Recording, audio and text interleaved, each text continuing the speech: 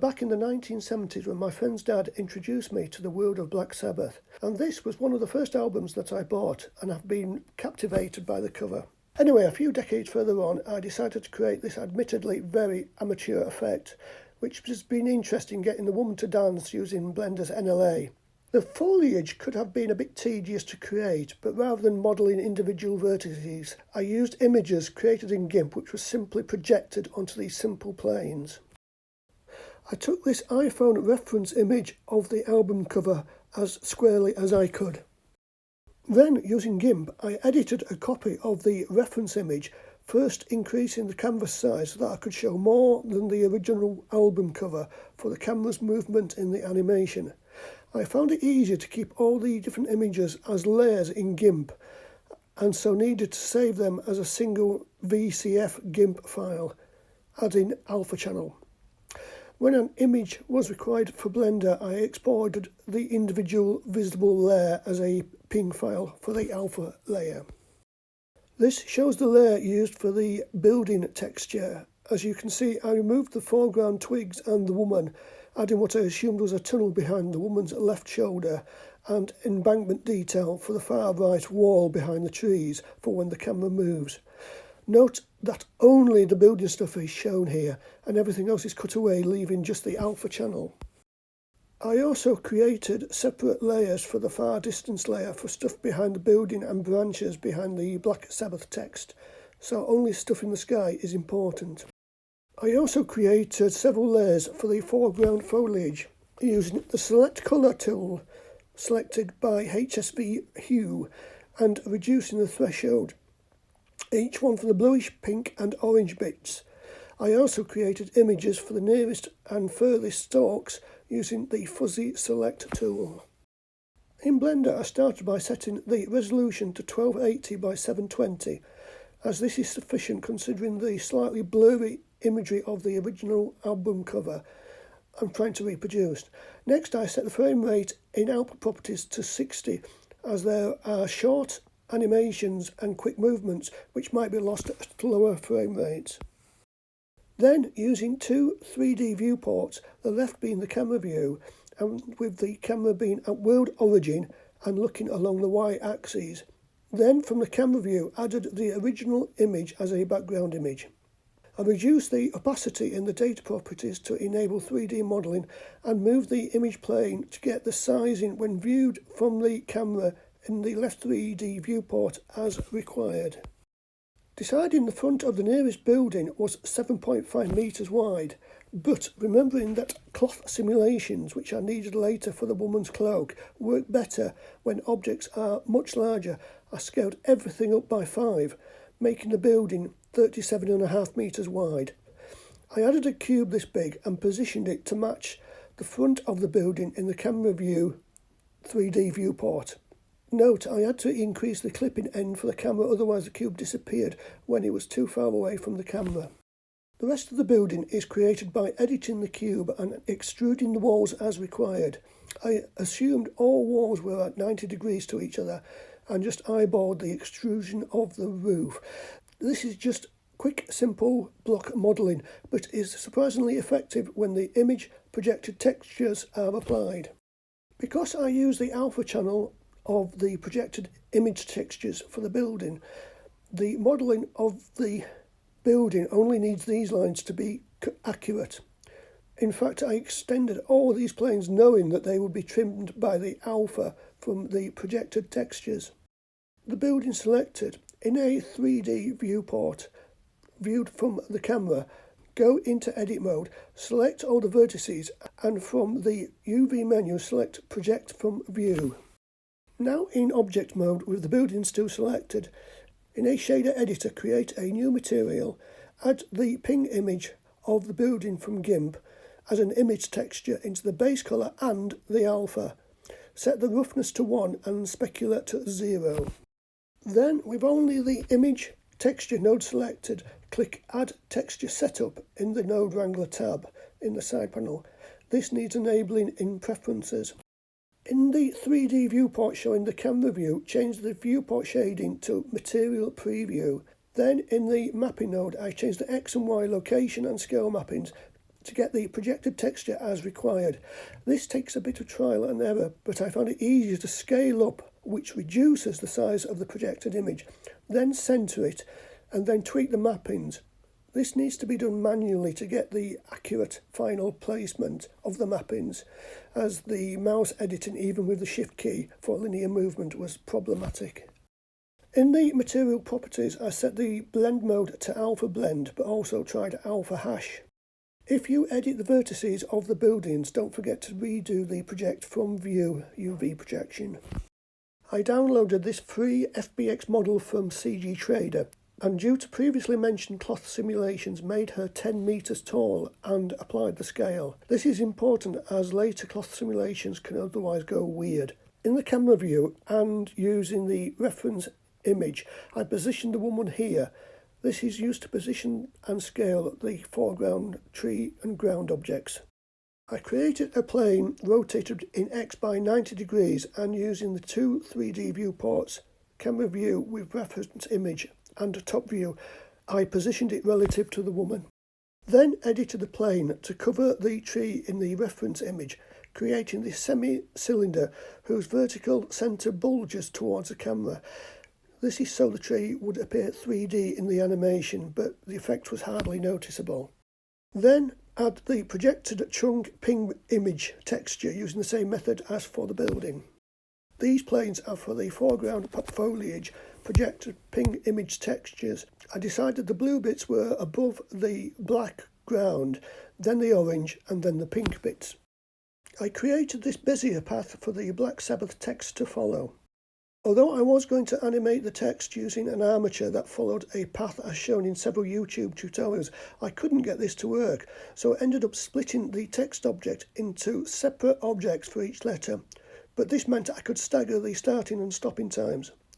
I also kept the original text for checking the start and end animation positions. For each letter object, I then set the object's origin to centre of mass surface. Set the 3D cursor to the object's origin, added a follow path constraint selecting the Bezier curve as the target. This adds an undesired offset, even though I applied transforms to the letters and the path, etc. So I did a snap selection to 3D cursor to bring the letter back. As the letters went round the path, there was a slight drift in the X offset, which wasn't the same for each letter. I don't know what caused this, but had to manually keyframe to prevent this, but this only needed doing for a few letters and only when the letters were nearest the camera. Then, in the follow path constraint, use forward axis X. With the current frame set to where that letter is to start moving, I keyframe the offset.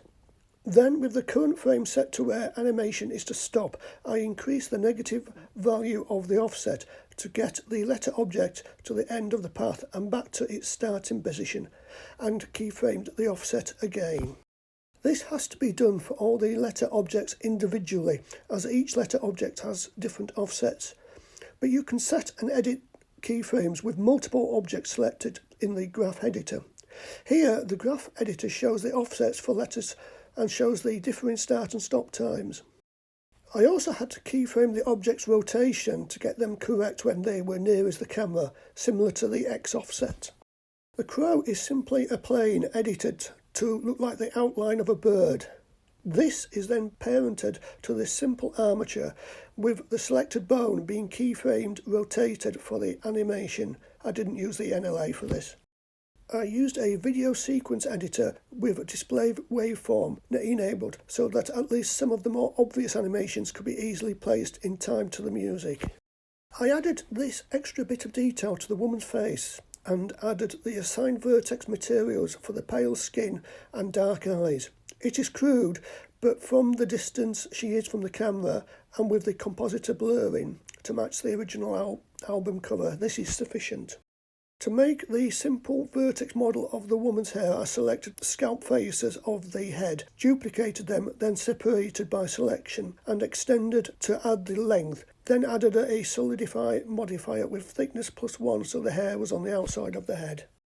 The cloak was this simple vertex with mirror and then level 3 subdivision modifiers. The cloth simulator is added at the bottom of the modifier stack. The mirror and subdivision modifiers do not need to be applied, which enables simple tweaking of the gown. It is very important for the cloth simulation that there is a gap everywhere between the gown and the woman's body.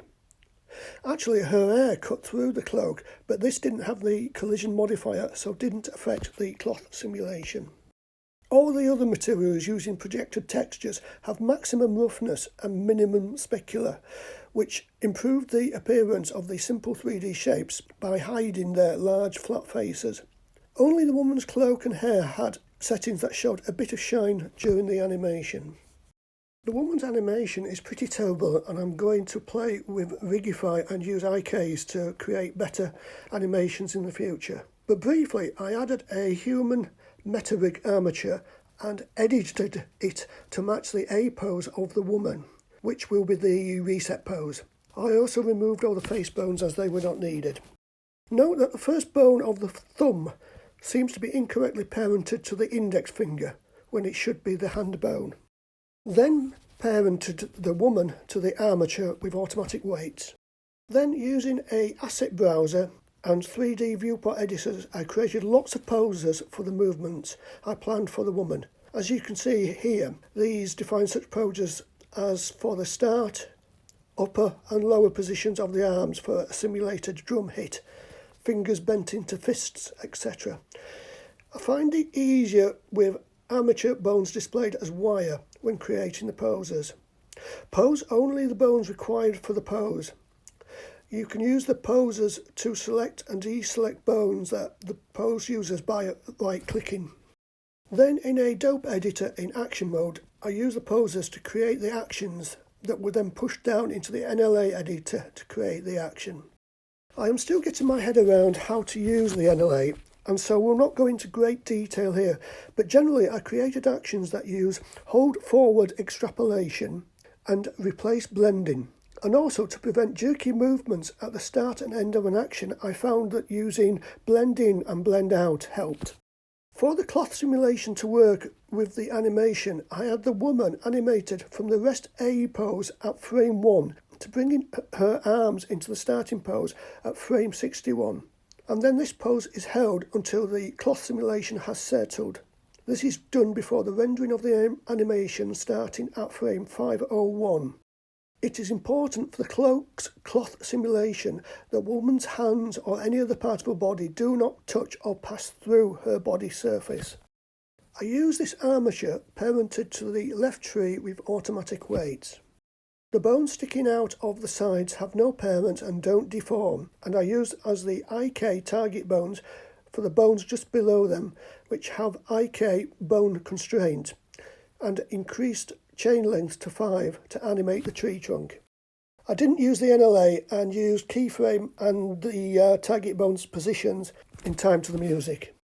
To keep the crow on the branch during animation, I edited the tree and selected the single vertex nearest to the crow's feet. Then in object mode I selected the crow's armature, then the tree, and then via the object menu selected parent vertex. Using vertex just makes the crow follow the selected vertex without rotating, which would be the case if I used the vertex triangle. I use this armature parented to the building with automatic weight and just use forward kinematics. These selected bones are the ones I keyframed and didn't use NLA or poses, just simple movements, scales and rotates of these selected bones. The extra bones are to ensure only the upper desired parts of the building are animated. The cloth simulation is baked after the animation of the woman is finished. As mentioned in the woman's animation, the rest A pose is what the cloak is designed for, and so the animation needs to bring her arms up to the starting position and wait for the cloth simulation to settle before the rendered animation can start. So bringing the woman's arms up animation starts at frame 1 and ends at frame 60. My rendering starts at frame 501, so that leaves plenty of time for the cloth simulation to settle. I would recommend the Good Cloth Simulation tutorial by Anèésh Arts. There is a link in the description. I then added the collision physics effect to the woman's body, not changing any of the settings. Then added the cloth physics effect to the cloak.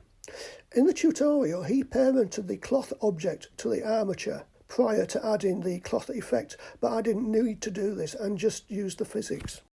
I used the default cotton, but increased the quality steps to 14, otherwise the cloth is very twitchy and never settles. I set the bake frames from 1 to 5066, so the woman's arms come up from the A pose, cloth settles, and then all the rendered animation. Collisions quality to 3 and enabled self-collision. I then baked the cloth physics, which took 80 minutes. The water is simply a plane with a glossy BSDF material and has been subdivided many times and has a wave modifier. The lake is about 300 square metres, and I found these wave settings ensured that a rendering start of frame 501 ensured the waves had covered the lake. In render properties, I enabled motion blur. I did also turn off screen space reflections, as this is not a photorealistic scene, but later obviously realised I needed them for the water reflections.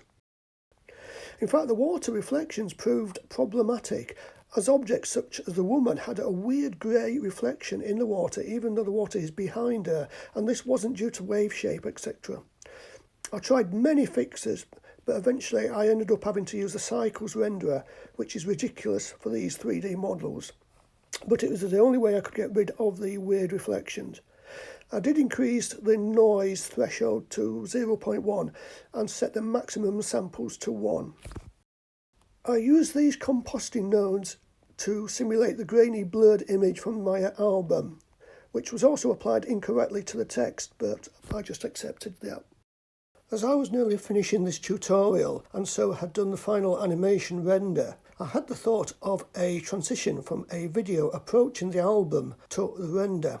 Consequently, the differences highlighted by the transition are greater than they should be, as I should have matched the animation and album more closely.